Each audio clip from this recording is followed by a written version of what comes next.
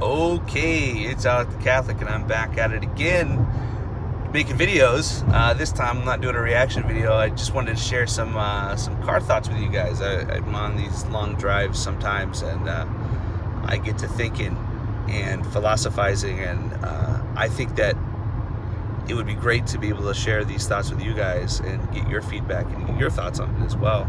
I think Aristotle said that a friend is someone you contemplate the infinite with. And my wife and I like to do that a lot, and a lot of my friends, that's what we do. You know, we sit and we talk about life, and we try to discover things together. We contemplate all these great questions, and I want to do that with you guys. I don't just want to talk about artists and their perspectives and their interpretations on life.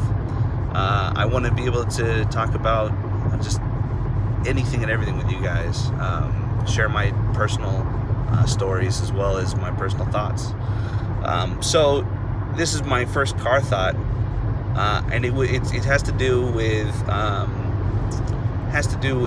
this question that I saw. I was watching the Joe Rogan podcast interview with Brian Cox, who's a cosmologist, and he was talking about how he went to a group of bishops in the UK. And he gave a talk on cosmology, and at the end of it, he asked this question. He posed this question to the bishops, and it was a legitimate question. It was a good question to ask. He said, if we discover for some reason, somehow, some way, that the universe is infinite or eternal, then where does God fit into that picture? Like if we discover that the universe has no beginning, then where does God fit? And I was like, wow, that's a really deep question. And he was asking the question in a way that it was kind of a charitable thing to ask, because he was asking it in this way of like, basically you guys got to start thinking about this now, because it's possible that we could discover that the universe is infinite or is eternal and has been around forever, and that there is no beginning. Like, if the universe has no beginning, then what need is there for a God, basically, right? And so he was asking the bishops this in a way to kind of get them to think about that question. So me and my limited understanding of philosophy and of science and of all these things, I was pondering the question, and this was my gut response to it. And take it as it is, with a grain of salt, coming from Alec the Catholic on YouTube, right? But this is my initial thought that, this is what I would say to Brian is, on the question of where does God fit into this big picture if we discover the universe is infinite, I would say, you're never going to discover that the universe is eternal or infinite. Now, why is that? From my understanding of what eternal and infinite means, so eternity is a reference to limitless time, right? Something that is eternal it exists outside of time, or rather, it's been pushed out of time. So you can have something that is eternal, always has, always will be. It doesn't exist within time. There is no beginning, no end. It just was, always is. But you can also have things that get pushed into eternity, right? Something can have a beginning that then ceases to have an end. We understand that because certain stories, right, the mythological ideas, mythology of like Hercules, right, he becomes a god, and therefore he becomes immortal. He becomes incapable of passing away. He had a beginning, but then he ceases to end. And as a Catholic, we believe that all people, all souls, are called into eternity. That our souls are brought into existence by God, and then when we die, they continue. The soul is eternal. It does not cease. Once it's created, it's brought into eternity, and therefore it will not have an end. It has a beginning, but no end. We believe that God is the creator of all souls, and therefore has no beginning. Now that's different. So he's eternal in one sense, and we become eternal in another sense. So that's eternity, right? It has to do with time. Infinity has to do with the other dimensions of measurement, of observation, right? Something that is infinite, it's actually much easier to understand, I believe, in what it's not. So something that is infinite lacks something. What is it that something infinite lacks? It lacks limitation, right? If it's infinite, it cannot have any kind of limitation. There can be no limitation in the infinite. And I from what I understand, that lack of limitation cannot have a limit on it. It can't be in pieces. So you can't have something that is infinitely colorless, but at the same time have another trait that is limited. It's infinitely colorless, but it's also perfectly small and square, and it's exactly 2 by 2. That kind of doesn't make sense. You can't possess a single trait of you can't possess one trait of infinite and not possess all the traits, not be completely infinite. At least I don't see how that could be possible. And maybe I'm wrong. This is the reason why I wanted to bring this up with you guys. Infinity, as far as I understand it, is not something you can observe. So we're limited, right? We're limited creatures living in a limited world with particular dimensions, 4 dimensions: up, down, left, right, front, back, and time, right? So we have X, Y, Z, and time. We can only observe to a certain extent. We can't actually positively observe and say scientifically we have observed something that is infinite or eternal. I don't think we could even comprehend that thing. Like, we wouldn't even be able to understand that that's what we're looking at if we did. In mathematics, from what I understand from mathematics is something that is real. It's as real as hope, as love, as all these other real concepts or ideas that we hold true. But math doesn't actually exist, if that makes any sense. Math, like, there's no great number 1 in the sky from which all ones are come from. There's no mother 1, there's no mother 2, they don't exist. You can't find a tangible 1 in the universe. 1 is a concept, it's an abstraction of a reality, of something that does exist, and it's a means of understanding that thing. In a sense, it's a measurement. It's a quantity, right? Quantity is an abstraction of measurement. And so math, you could use mathematics to prove all kinds of things. I think they have done that. You could say that in math there are an infinite number of dimensions, and I would say it's true in math. Yes, in mathematics, yes, there are an infinite number of dimensions. There are an infinite number of ways in which you can measure the world and the universe. But what that does not mean, and I don't think it's possible for you to jump this far, to say, well, we've proved mathematically that there is a 4th dimension or a 12th dimension or 128 dimensions. You wouldn't be able to then say there are, in fact, in existence 128 dimensions that exist, which you and I can jump back and forth to, or that exist out there. And that's not true at all. Because math is real.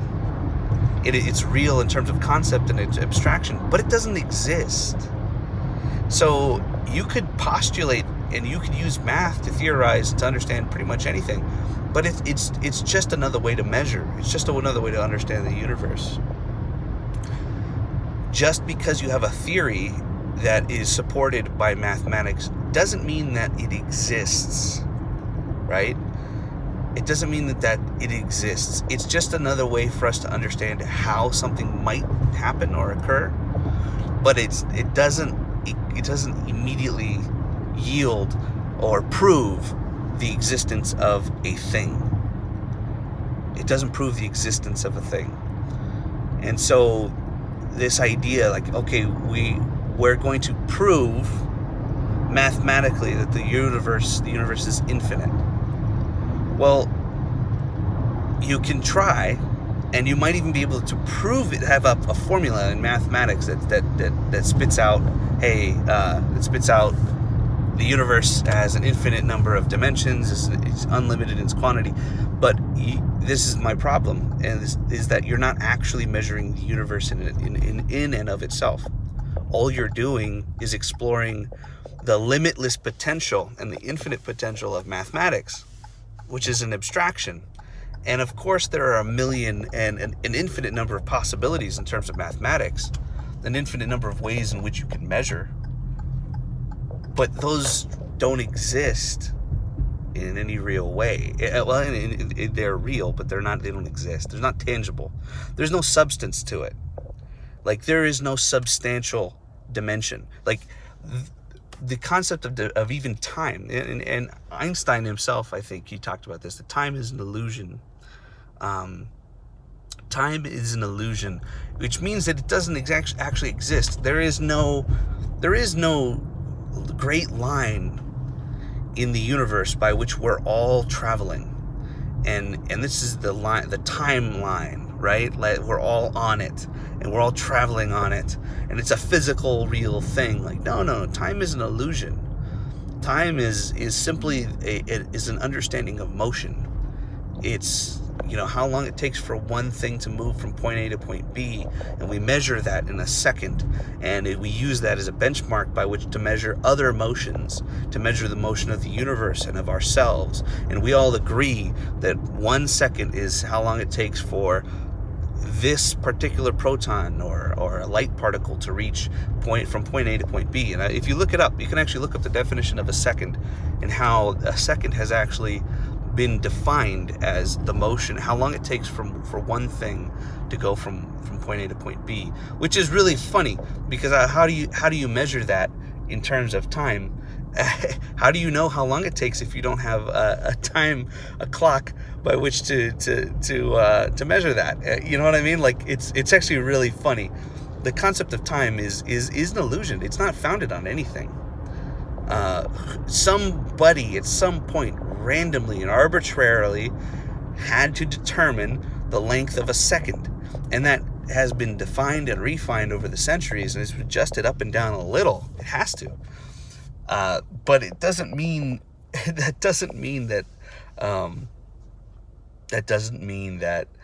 time is in fact real. Or it doesn't mean that time in fact exists. It's real. It is real. It is as real as love and as hope and as your dreams. Right? Those are human concepts. Those are human ideas, and so they're real just as much as numbers are real, and real numbers are a thing as well. But they don't exist. So the essence of a thing is what's real. The substance of a thing is what exists. So the matter, the material that something is made up of. Now, why am I going into all this to talk about this question of eternity and in the infinite?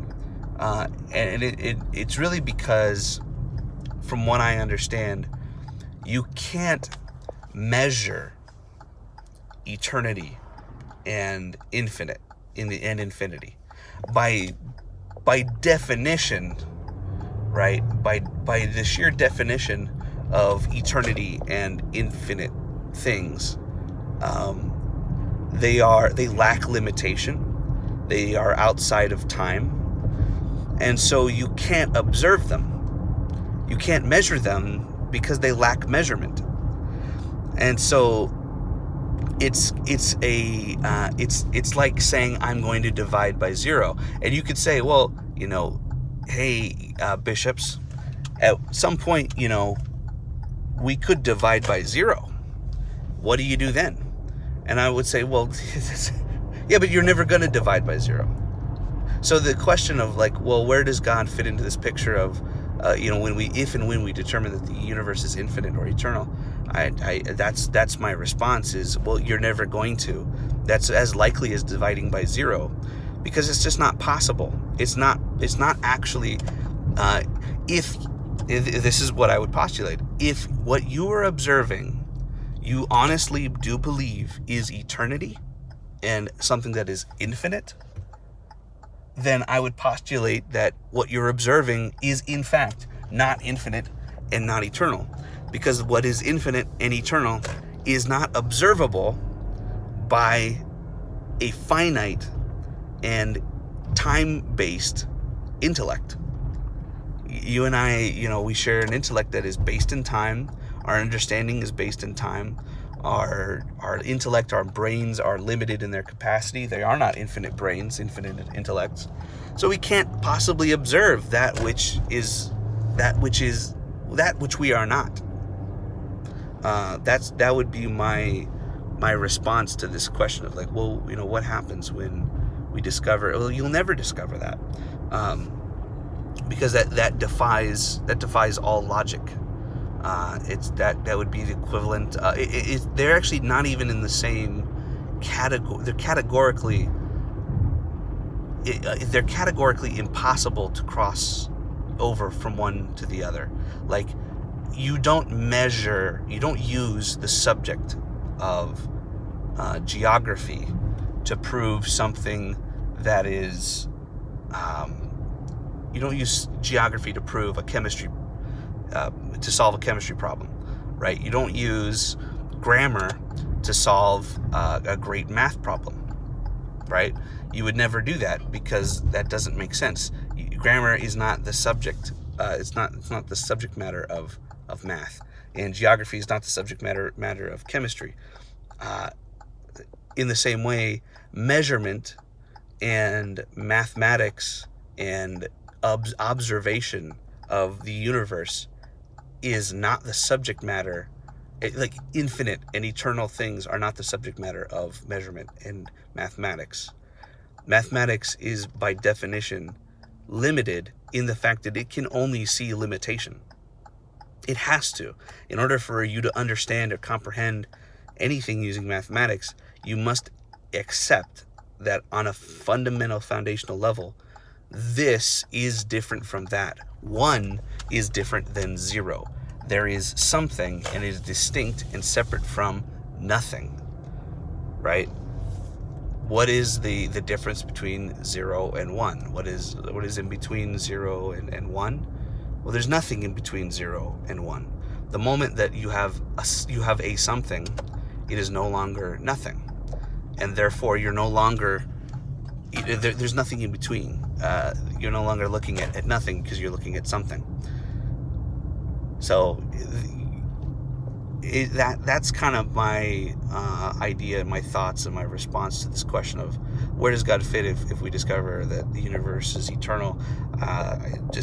You're not going to. You can't actually discover that, because that would mean that you are eternal and you have an infinite understanding of the universe, and therefore you were able to prove it using your infinite intellect that has been around for eternity, and you can say without a shadow of a doubt that in fact the universe is eternal. And that's impossible, because you are limited. We are limited. And so it's kind of a moot point, that question. It's, from my understanding, it's kind of a moot point. If I'm wrong on any of this, on eternity, on what something is that is infinite, I'm more than open to hearing that and getting your comments and feedback. So, but these are my thoughts. These are my car thoughts. I appreciate you listening, and I hope the video wasn't too shaky and everything. And I know I do long videos, but this stuff is deep. I like to get deep, guys. So I'll catch you on the next reaction video. Appreciate you. Appreciate your time. I'll talk to you soon. Thanks. Peace.